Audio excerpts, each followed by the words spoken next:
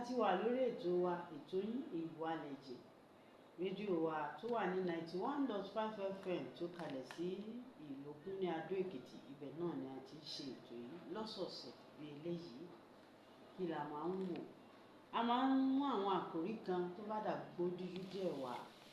A bá sì ti mú un wá, àwọn ìránṣẹ́ Ọlọ́run tí wọ́n mọnú àti ẹ̀dọ̀ Bíbélì la máa ń pè ó, tí ó wàá fọ́ sí wẹ́wẹ́ fún wa. A tún ti wà lónìí lórí ètò. Orúkọ tèmi náà ni Florence Agúndéadé. Ẹ wà níkàlẹ̀, ẹ máa lọ bì kankan. Kí la fẹ́ wò lónìí? Ẹgbẹ́ Bíbélì ni.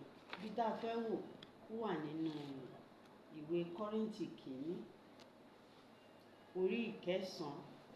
A wo ẹsẹ̀ ìkẹsàn-án bẹ̀, a tún lọ wo ẹsẹ̀ ìkẹtàlá. Ó ní nítorí a ti kọ ọ́ nínú òfin Mósè pé ìwọ kò gbọ́dọ̀ pa màlúù tí ń pa kàlẹ́ ẹnu mọ́. Ìbáà ṣe màlúù lé Ọlọ́run ṣe ìtọ́jú bí. Ẹ̀rí pé bẹ́ẹ̀ yóò fẹ́ yéèyàn tó. Ṣùgbọ́n ẹsẹ̀ ìkẹtàlá ó wá fi ìtumọ̀ rẹ̀ hàn díẹ̀. Ó ní ẹ̀yin kò mọ̀ pé àwọn tí ń ṣiṣẹ́ nípa ohun mímọ́ wọn a máa jẹ nínú ti tẹ́ḿpìlì, àti àwọn tí ń dúró ti pẹpẹ wọn a máa ṣe alájọpín pẹ̀lú pẹpẹ. Tí Bíbélì bá sọ eléyìí kí wá ṣẹ̀ṣẹ̀ o. Táwọn ìránṣẹ́ Ọlọ́run tó bá ń jẹ ní tẹ́ḿpìlì, tó ń mu tẹ́ḿpìlì, tó ń náwó ìjọ, ṣẹ̀ṣẹ̀ wá ni tó bá náwó ìjọ. Àbí àwa mọ ohun tí Bíbélì yẹn tó ń sọ o. Àwọn á sọ pé báyìí náà ni. Di abájọ rèé tá fi gbé ìránṣẹ́ Ọlọ́run wá sórí ètò. Ìjọ Deeper Life ni àwọn ìránṣẹ́ Ọlọ́run tí wọ́n ti wá ní ti àṣálẹ́ tòní. Orúkọ wọn sì ni Pastor Simeon Ọlábìntún. Ẹ máa káàbọ̀ sórí ètò bàbá. Ẹ ṣé olóòtú, a kí gbogbo ẹ̀yin olùgbọ́. Mo lérò pé ẹ ṣetán láti fi bí ìyè wa lónìí. Bẹ́ẹ̀ni. Ó má di pé bóyá ohun tí Bíbélì ò sọ náà làwọn ń sọ káàkiri. Ẹ̀yin kò mọ̀ pé àwọn tí ń ṣiṣẹ́ nípa ohun mímọ́ wọn máa jẹ nínú ohun ti tẹ́ḿpìlì. Oúnjẹ wọn náà wà nínú tẹ́ḿpìlì náà. Bíbélì ṣe sọ nìyẹn. Àtàwọn tí ń dúró ti pẹpẹ wọn máa ṣe àjọpín pẹ̀lú pẹpẹ. Kó tó di pé a ti kí ẹnu bọ̀rọ̀, a lọ sí inú agbami ètò. Ẹ̀já kọjá lọ sódì kejì fún ìpolówó ọjà. Shepherd International College tó wà ní Shepherd Road, Chijo Mission Jàdà Ládó Èkìtì. Lọ́tọ̀ wá dàgbà wá wò pẹ̀lú báwọn ọmọ wọn ṣe gbégbá orókè nínú ìdíje gbogbo. Ilé-ìwé tó pèsè akẹ́kọ̀ọ́ tí máa kẹ́ halẹ̀ nínú ìdíje JAMB ọdún 2019. Ọ̀pọ̀ àmẹ̀yẹ ni wọ́n ti gba. Àwọn ló ṣe ipò kíní Secondary Quiz 2019 Governors Challenge Èkìtì State. Ipò kíní Essay Competition tẹ́gbẹ́ àwọn òwe ló lè ní ìgbékalẹ̀ ìwé ìdíje Máìkì National Essay Competition ọdún 2019. Kámẹ́nubà díẹ̀ àkẹ́kẹ́ sì máa wá wò ó. Mẹ́ta péré làṣírí ẹwà wọn. Àkọ́kọ́ ìbẹ̀rẹ̀ Ọlọ́run ìpìlẹ̀ṣẹ̀ wọn. Kejì, àwọn alákòóso láfojúsùn fọjọ́ iwájú pẹ̀lú àwọn olùkọ́ dágájíá. Ìkẹta làwọn èlò kẹ́kọ̀ọ́ ìgbàlódé tàbí kọ́mọ láyìíká tó rẹwà tó fanimọ́ra. Kábàbárì ní pé ilé-ìwé Shepherd ti mú ẹ̀kọ́ sí ọwọ́ wọnú ètò ẹ̀kọ́ wọn. Wọ́n ṣe ń kọ́mọ láṣọ ríran ni wọ́n ń kọ́mọ ní bí wọ́n ṣe ń ṣe bàtà, ṣe báàgì àti bẹ́ẹ̀ bẹ́ẹ̀ lọ. Tẹ́ bá fẹ́ ṣẹ̀rí ọ̀rọ̀ mi, ẹ jẹ́ kọ́mọ yóò darapọ̀ mọ́ wọn. Ẹ pè wọ́n sí 07066697000. Àwọn olùdásílẹ̀ ilé-ìwé Shepherd náà ló ṣàkóso Fountain of Knowledge National Primary School tó ń bẹ lókè Mission Jàdà Ládó Èkìtì àti Alifia Group of School tó wà nílùú Ìkirè Èkìtì. Àwọn ilé-ìwé mẹ́tẹ̀ẹ̀tọ̀ ló gbóúnjẹ fẹ́ gbẹ́ta wò. Ẹ káàbọ̀ padà. Ẹ bá ń gbàgbé àkòrí tí mo ní àfẹ́wò. Bàbá ẹ máa káàbọ̀ sórí ètò. Ẹ ṣé olóòtú. Lẹ́ẹ̀kan sí mo máa tún kí yín o. Inú mi á dùn tí ẹ bá lè fi bí ìyè wa lónìí. Ṣé kìí ṣe pé àwọn kan tó ń sọ pé pásítọ̀ ń jẹun ní ìjọ ó ń ṣe kinní kan, owó ìjọ ló fi ń ṣe gbá owó ìjọ. Ṣé kìí ṣe pé àwọn kan lẹ́lẹ́ṣẹ̀ báyìí? Torí Bíbélì ní ẹ̀yin kò mọ̀ pé àwọn tí ń ṣiṣẹ́ nípa ohun mímọ́ wọn máa jẹ nínú ti tẹ́ḿpìlì, àti àwọn tí ń dúró ti pẹpẹ wọn máa ṣe àjọpín pẹ̀lú pẹpẹ. Ẹ fi bẹ̀rẹ̀ yé wa. Gẹ́gẹ́ bí gbogbo èèyàn ti mọ̀, tí orílẹ̀-èdè kan bá wà àbí ẹgbẹ́ kan bá wà, àwọn àgbékalẹ̀ òfin kan máa ń wà tó máa ń ṣe àkóso bí àwọn orílẹ̀-èdè. Bákan náà ni ọ̀rọ̀ ìjọba Ọlọ́run. Ìwé mímọ́ tó jẹ́ pé ó ṣe àgbékalẹ̀ bí àwọn tó máa jẹ́ ìránṣẹ́ Ọlọ́run bó ṣe máa ṣe iṣẹ́ wọn, pàápàá láti ìgbà tí Ọlọ́run ti fi iṣẹ́ ìránṣẹ́ yẹn fún wọn nínú májẹ̀mú láéláé. Ó bẹ̀rẹ̀ pẹ̀lú àwọn ọmọ Léfì gbogbo ẹ̀ ló wà nù àkọsílẹ̀. Nítorí náà ibi tí à ń kà lénìí ìyẹn Kọ́ríńtì kínní orí 9 ẹsẹ̀ 9 tó kà báyìí pé nítorí tí a ti kọ nínú òfin Mósè pé ìwọ kò gbọdọ̀ pa màlúù tí ń pakà ní ẹnu mọ́. Ìhà ṣe màlúù ni Ọlọ́run ṣe ìtọ́jú bí? Ibi tá a ti fà yẹn jáde ó wà ní Deuteronomy orí 25 ẹsẹ̀ 4. Mo rí kọjá lọ sí ẹsẹ̀ 13 nínú Kọ́ríńtì kínní orí 9. Ẹ̀yin kò mọ̀ pé àwọn tí ń ṣiṣẹ́ nípa ohun mímọ́ wọn a máa jẹ nínú ti tẹ́ḿpìlì, àti àwọn tí ń dúró ti pẹpẹ wọn a máa ṣe àjọpín pẹ̀lú pẹpẹ. Gẹ́gẹ́ bẹ́ẹ̀ lì Olúwa sì ṣe ìlànà pé àwọn tí ń wàásù ìrere kí wọn kí ó sì máa jẹ nípa ìrere. Àwọn oníwàásù, àwọn ìránṣẹ́ Ọlọ́run, àwọn olùdásílẹ̀, àwọn wòlíì, àwọn àlùfáà àti pásítọ̀, pé ìjẹ́ ó lẹ́tọ̀ọ́ kí wọ́n máa jẹ níbi pẹpẹ. Ọ̀tọ̀ ni pé kí àwọn ìránṣẹ́ Ọlọ́run kó máa jẹ níbi pẹpẹ tí àwọn èèyàn wá sopọ̀ lónìí pẹ̀lú wípé báwọn náà ṣe ń jẹun, tó ń gun ọkọ̀, tó ń gbé ilé tó dára, ṣùgbọ́n àwọn ọmọ ìjọ tó ń san ìdámẹ́wàá tí ọ̀pọ̀lọpọ̀ wọn tó wà nínú ebi, pé ìjẹ́ ó yẹ kí ó rí bẹ́ẹ̀. Ọlọ́run ti ṣe àlàkalẹ̀ bí àwọn ọmọ Léfì, àwọn ìránṣẹ́ Ọlọ́run bó ṣe máa ṣiṣẹ́ wọn, bó ṣe máa jẹun. Bẹ́ẹ̀ náà ìwé mímọ́ ò farasin nípa bí àwọn ọmọ ìjọ wọ́n sì máa gbé ìgbé ayé tó gúnrégé tí wọ́n máa gbádùn. Kí ló dé tí àwọn ọ̀rọ̀ wọ̀nyí máa sábà jẹyọ? Nítorí pé àwọn èèyàn ṣe aláìmọ̀ ojúṣe bóyá olùṣọ́ àgùntàn àbí àwọn ọmọ ìjọ. Kí là ń pè ní olùṣọ́ àgùntàn gan? Mo wò ó nínú ìwé Sáàmù orí 23 orin Dáfídì orí 23 tó kà báyìí wípé Olúwa ni olùṣọ́ àgùntàn mi, èmi kì yóò ṣe aláìní. Àti rí iṣẹ́ olùṣọ́ àgùntàn ń bẹ̀ yẹn ni pé olùṣọ́ àgùntàn a máa darí àwọn àgùntàn rẹ̀ sínú ìpèsè. Ẹsẹ̀ 2, ó mú mi dùbúlẹ̀ nínú pápá oko tútù, ó mú mi lọ sí ìhà omi dídákẹ́ rọ́rọ́. Olùṣọ́ àgùntàn máa ṣe ìtọ́ni wọn lọ sí ibi ààbò, ibi pápá tí wọ́n á ti jẹun, ibi ìtura fún ọkàn wọn. Ẹsẹ̀ 3, ó ní ó tu ọkàn mi lára, ó mú mi lọ nípa ọ̀nà òdodo nítorí orúkọ rẹ̀. Nítòótọ́ bí mo tilẹ̀ ń rìn láàrin àfonífojì òjìji ikú, èmi kì yóò bẹ̀rù ibi kan, torí tí ìwọ wà pẹ̀lú mi, ọ̀gọ́ rẹ àti ọ̀pá rẹ ń tù mí nínú. Ìwọ tẹ́ tábìlì oúnjẹ sílẹ̀ níwájú mi ní ojú àwọn ọ̀tá mi, ìwọ dà òróró sí mi lé orí, ago mi sì kún àkúnwọ́ sílẹ̀. Nítòótọ́ ire àti àánú yóò máa tọ̀ mí lẹ́yìn ní ọjọ́ ayé mi gbogbo, èmi ó sì máa gbé ilé Olúwa láéláé. Ìyẹn ṣe àfihàn iṣẹ́ tí àwọn olùṣọ́ àgùntàn ń ṣe, kí wọ́n máa darí àwọn àgùntàn sínú ìpèsè. A lè sọ nípa ti ẹ̀mí, wọ́n á máa fi ọ̀rọ̀ Ọlọ́run, wọ́n á máa fi bọ́ wọn, wọ́n á máa tọ́ wọn nípa ọ̀nà òdodo, wọ́n á máa kọ́ wọn, wọ́n á máa fi ọ̀rọ̀ Ọlọ́run tù wọ́n nínú, wọ́n á máa fi gbé wọn ró. Bákan náà ni tí èèyàn bá jẹ́ àgbẹ̀ nípa ti ara, tó jẹ́ darandaran, tó jẹ́ olùṣọ́ àgùntàn, wọ́n á máa ṣiṣẹ́, wọ́n á máa ṣe làálàá lórí àwọn nǹkan ọ̀sìn wọn, lórí àwọn ẹran wọn. Ṣùgbọ́n lẹ́yìn gbogbo nǹkan wọ̀nyí, tó bá jẹ́ àgbẹ̀, ohun tó dájú ni pé èrè wà fún, àǹfààní wà fún. Bákan náà òun ni Paul àpọ́sítélì ṣe kọ lẹ́tà sí àwọn ará Kọ́ríńtì wọ̀nyí. Kì í ṣe pé òun tiẹ̀ ń béèrè pé òun fẹ́ gbà, òun fẹ́ jẹ, torí pé òun tiẹ̀ tún lọ́gbọ́n tó ń dá sí. A ṣiṣẹ́ ti ara, a tún fi ti iṣẹ́ ìránṣẹ́ lẹ́yìn. Ṣùgbọ́n wá sọ fún pé tó bá jẹ́ pé òun tiẹ̀ béèrè gan, òun àti àwọn ẹlẹgbẹ́ òun tó bá béèrè, ó tó lẹ́tọ̀ọ́, ó wà nínú ọ̀rọ̀ Ọlọ́run, ó bá Bíbélì mu.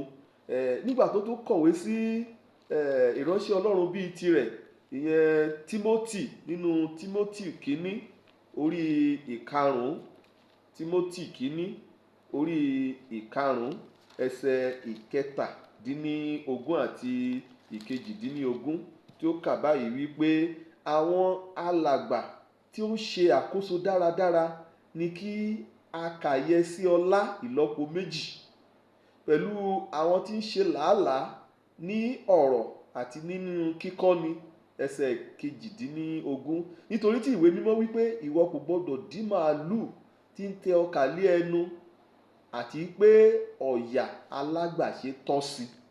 Báwo lèèyàn á ṣe wà nínú omi ló ti ń lúwẹ̀ẹ́, ibẹ̀ ló ti ń rìnrìn àjò, òǹgbẹ á wá gbẹ débi pé kò ní lè mú nínú omi yẹn.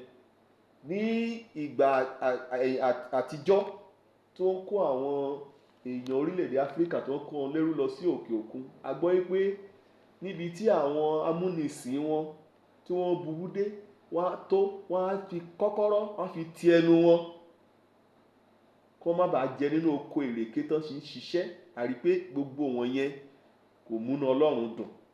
Bẹ́ẹ̀ náà ni lónìí tí àwọn ìránṣẹ́ Ọlọ́run wọ́n ń sa ipá, ọ̀pọ̀lọpọ̀ wọn fi ara jì, wọ́n ti fi ọ̀pọ̀lọpọ̀ nǹkan tó yẹ pé ó yẹ kó wà fún àǹfààní ara wọn, fún ìtẹ́lọ́rùn ara wọn ní àtẹ̀yìnwá, wọ́n filẹ̀, wọ́n jọ̀wọ́ gbogbo nǹkan tó dájọ́ mọ́ ìgbádùn, wọ́n fi ara wọn sínú àwẹ̀, sínú àdúrà, sínú iṣẹ́ ìpolongo ìrere káàkiri láti bẹ̀rẹ̀ ìjọ Ọlọ́run, láti kó wọn jọ nìkan méjì mẹ́ta. Lẹ́yìn ìgbà tó bá ṣe làálàá yìí tán, ó máa tó àkókò kan tó yẹ pé wọn ò ní lè ṣiṣẹ́ ti ara wọn mọ́, wọn ò ní ráyè ṣe iṣẹ́ tó yẹ pé ó lè fi oúnjẹ sórí tábìlì wọn mọ́. Nírú àkókò yẹn tó bá wá ń béèrè fún jíjẹ, fún mímu, fún ibi tó máa gbé, kò sí èèwọ̀ tó wà ńbẹ̀. Nítorí náà Paul Aposteli ó kọ eléyìí sí wọn ní tààràtà wípé àwọn ọmọ ìjọ wọ́n ti ń jẹ ìgbádùn, wọ́n ti ń gba ìdarí ẹ̀mí lọ́wọ́ àwọn ìránṣẹ́ Ọlọ́run, wọ́n ti ń gba àdúrà, àwọn ìránṣẹ́ Ọlọ́run máa ń gbàdúrà fún wọn, máa ń tọ́jú wọn, wọ́n máa ń bẹ̀ wọ́n wò, wọ́n máa ń pa wọ́n mọ́.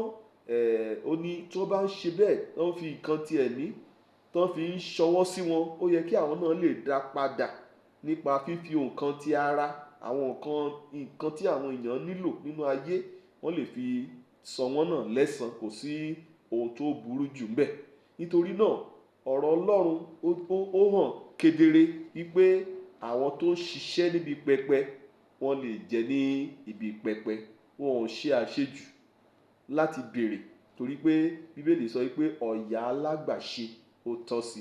Ẹ̀dá àti bá wò ó náà nínú Hébérù orí 5 ẹsẹ̀ 4, ó ní kò sí ẹni tó ń fa ọlá yìí sí ọ̀dọ̀ ara rẹ̀ bí kò ṣe pé ẹni tí Ọlọ́run pè. Lóòótọ́ àwọn àdàlú wà lónìí, àwọn tó ń torí ikùn wọn wọnú iṣẹ́ ìrere, ṣùgbọ́n ní àwọn tó ń ṣe lójúlówó, àwọn àtẹ̀lé wọn gan wọ́n á rí i pé lóòótọ́ bàbá yìí ó farajì, obìnrin yìí ó farajì. Nítorí náà ó lẹ́tọ̀ọ́ kí a fi ohun ti ara ká fi tọ́jú wọn. Ẹ ṣeun ìránṣẹ́ Ọlọ́run. Ìyẹn náà ni pé tí àwọn ìránṣẹ́ Ọlọ́run tó máa wá ń jẹ níbi pẹpẹ wọn ò dẹ́ṣẹ̀. Bẹ́ẹ̀ ni mọ̀. Ẹsẹ̀ 11 yẹn tiẹ̀ sọ ní bí àwa bá ti fúrúgbìn ohun ti ẹ̀mí fún yín, òun láhà ni bí àwa bá ká ohun tí yín ti ṣe ti ara. Irú àwọn ìránṣẹ́ Ọlọ́run dáhùn pé òkè lórúkọ Jésù kí nǹkan báyìí kó ṣẹlẹ̀, ó dáa ṣètọrẹ àánú tí wọ́n wá dẹ́ṣẹ̀. Torí tàbá fúrúgbìn ẹ̀mí náà ó yẹ ká gba nǹkan tara náà. Kí wá ṣe pé iṣẹ́ ìránṣẹ́, kí wá ṣe pé ó lọ tààrà bẹ́ẹ̀ ni pé ó di okòòwò, bíi pé màá súre fún ẹ, wàá fún mi lówó. Irú yẹn kọ́ ni, ní irú ìkóríta yẹn, ẹni tí Ọlọ́run rán níṣẹ́ gbọ́dọ̀ mọ̀ yìí pé lọ́fẹ̀ẹ́ ló ń gba oore ọ̀fẹ́ yẹn, lọ́fẹ̀ẹ́ ló máa fi fún àwọn ènìyàn. Kí wá ṣe pé a máa ṣe pé òkè àdúrà báyìí ni mo máa gbà, iye owó báyìí ni wàá san. Ìyẹn kọ́ ni tí à ń sọ. Rárá, ìyẹn gan ti ń lọ sí ọ̀nà mìíràn, bí ìgbà tí èèyàn ń ṣagbe nìyẹn.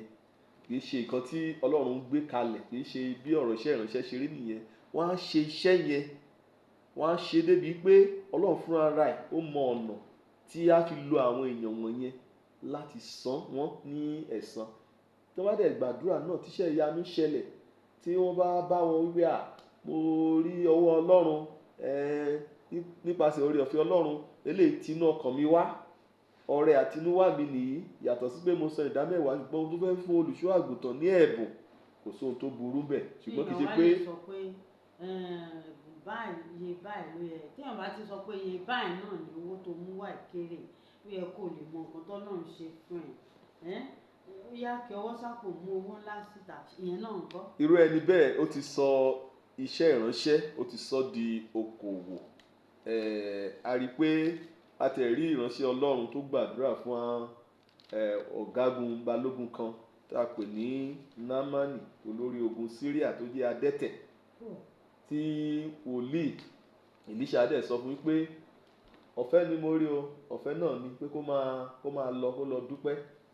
Ṣùgbọ́n tí ìkan èyí tó jẹ́ ọmọ wòlíì tó wò tó pé òun ní nǹkan èdè tó fi wà nínú iṣẹ́ ìránṣẹ́, òun ni àwọn nǹkan tó jẹ́ ìgbádùn tó so mọ́ iṣẹ́ ìránṣẹ́ yẹn, òun ló fi lọ bá wọn lẹ́yìn pé òun fẹ́ gba gbogbo àwọn dúkìá wọ̀nyẹn. Ó dẹ̀ fa ìjàmbá, ó fa àìsàn, ó fa àrùn sínú ayé ẹ̀ títí di ọjọ́ ikú ẹ̀. Torí náà àwọn ìránṣẹ́ Ọlọ́run wọn gbọ́dọ̀ máa ṣe ojú kòkòrò. ìránṣẹ́ Ọlọ́run ẹ ṣeun bẹ́ẹ̀ ṣe ń sọ yẹn lórí ẹ̀ kó tó di pé àwọn èèyàn máa pè wọlé irú kan ta òróró, kan ta ọṣẹ, kan ta kíní. Ṣebí àwọn yẹn owó náà fi ra nǹkan wọ̀nyẹn tó tún wá ń tà á. Ṣé ó bá bi tí à ń kíyèsí mi? A gbọ́dọ̀ fa ààlà tó ṣe sàn, pàápàá nígbà tí èèyàn bá ṣe iṣẹ́ ìránṣẹ́. Àwọn nǹkan tí a bá máa ṣe lónìí ó gbọ́dọ̀ jẹ́ nǹkan tó yẹ pé a lè fẹsẹ̀ múlẹ̀ nínú Bíbélì. Kò sígbà tí Pétérù dìídì kó àwọn aṣọ ìnujú tí a mọ̀ sí handkerchief tó kó wọn wá síbi tó ti ń ṣe iṣẹ́ ìránṣẹ́, tó dẹ̀ sọ fún wọn wípé eléyìí tó tọwọ́ mi wá yìí o, òun ni nípasẹ̀ lẹ fi lè rí iṣẹ́ ìyanu gbà. Ṣùgbọ́n àwọn èèyàn fúnra ara wọn náà mú aṣọ, bóyá aṣọ tiwọn àbí èyí tó jábọ́ lára ìránṣẹ́ Ọlọ́run yẹn tó lọ fi ṣe iṣẹ́ ìwòsàn. Jésù Kristi fúnra ara ẹ̀ àrí kó gbégbá òróró, handkerchief, pure water, bottle water, búrẹ́dì àti oríṣiríṣi nǹkan báwọn yẹn kó máa tà á.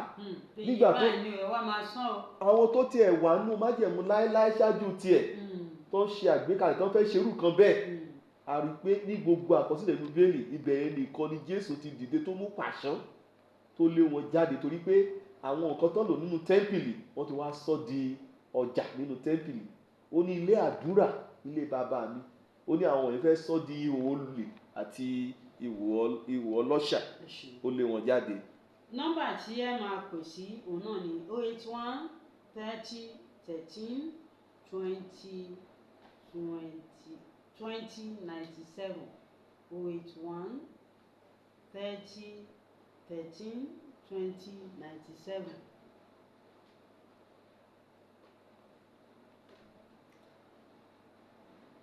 Ẹ tún lè pè sí 090 68 68 0224 090 68 68 0224.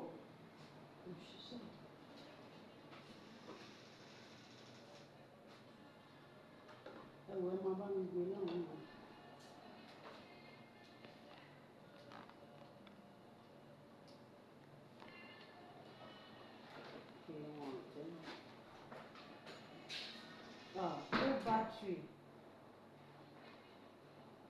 Battery wọn charge.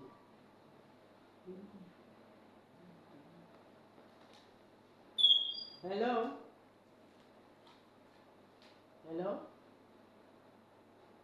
09068680224 òun náà ni nọ́mbà tí ẹ máa pè sí lórí ètò ní ti òní. Hello.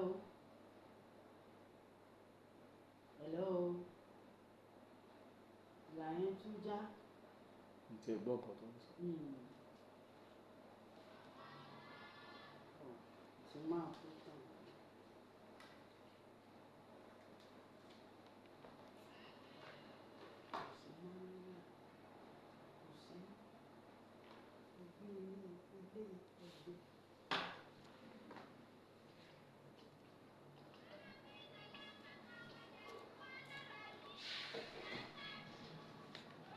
Kò sí mọ́.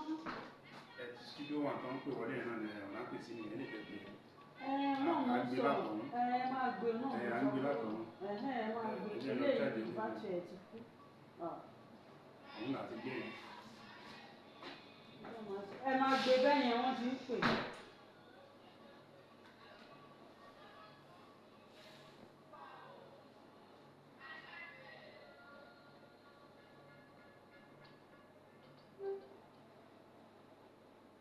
09068680224 òun náà ni nọ́mbà tí a ó lò lónìí lórí ètò yìí.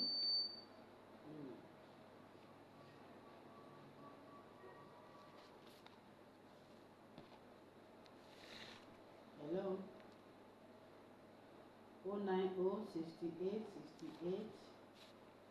09068680224.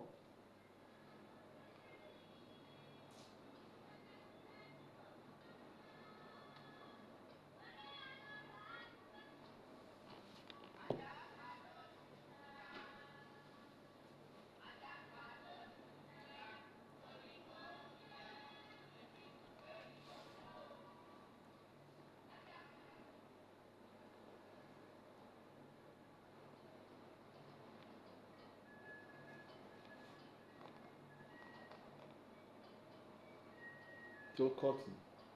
Tí mo ní kí n ṣe jọ̀wọ́ pé ọkọ ti cháàjì òkè.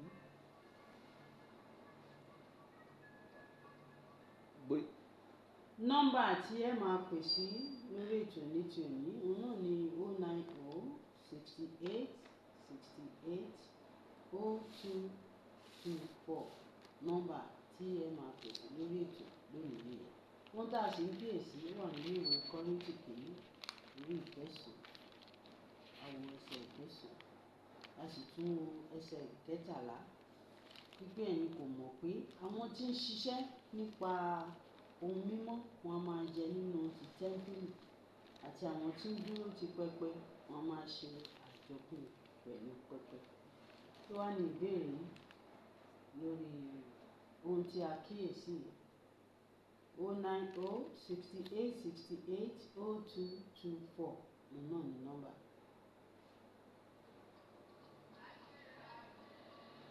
Àwọn èèyàn máa pè lẹ́yìn ọ̀fíìsì àwọn èèyàn yìí.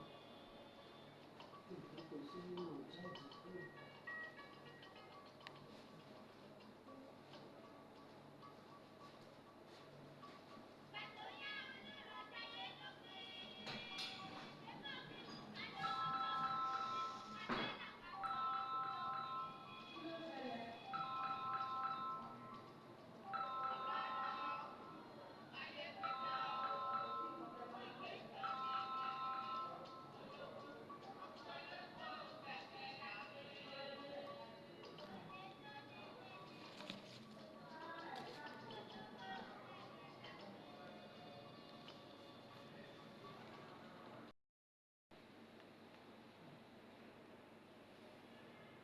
Ẹ̀gbọ́n nǹkan tó ń sọ. Kò mọ̀ ọ́n ṣe.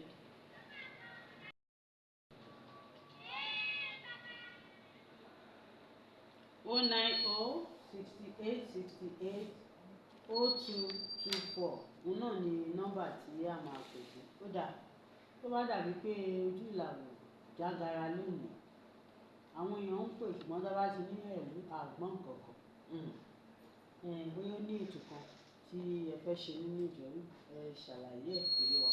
Àǹfààní ní láti pe gbogbo àwọn olùgbọ́ síbi ìsọjí kárí ayé tí a mọ̀ ní Global Crusade with Kumuyi GCK tí oṣù September yìí ó máa wáyé ní Aoda region ní Rivers State. Láti ibẹ̀ náà máa tarí ẹ̀ sí gbogbo àgbáyé. Ẹ̀ka ìjọ Deeper Life tó bá súnmọ́ yín ẹ lè darapọ̀ láti ọjọ́ 26 oṣù September títí di ọjọ́ 1 oṣù kẹwàá ọdún 2024. Iṣẹ́ ìyanu Ọlọ́run nípasẹ̀ oore ọ̀fẹ́ Ọlọ́run ó ń dúró de olúkúlùkù. Global Crusade with Kumuyi. Ẹ ṣeun wá wọn ní ká jẹun pẹ́lẹ́nu àmọ́ ìfọ̀nà kò jẹ́ gbogbo ẹ̀yin tẹ́ fẹ́ràn láti pè wá kẹ́ dá sí orí ètò ẹ má bínú bí ojú ìlà ṣe rí ní ti òní bóyá tó bá dọjọ́ míì àtúnlò rẹ̀ ọ̀fẹ́ láti gba ìpè wọlé lórí àkòrí náà torí ó dàbí pé àwọn èèyàn fẹ́ pè àmọ́ kí a sọ pé ẹ̀ ló kí là má lọ ó rí bẹ́ẹ̀ púpọ̀ ló ti òní. Ìránṣẹ́ Ọlọ́run Ọlábìntán ẹ máa ṣe ń ṣeun tí a pè ní tí ẹ jẹ́ wa ní ti òní títí ọjọ́ mẹ́jọ táti máa pàdé lórí àkọ́tún ètò yìí. Èmi ọ̀rẹ́ yín Florence Agunbí Adélókè yín pé ìpàdé wa bí ó dìgbà.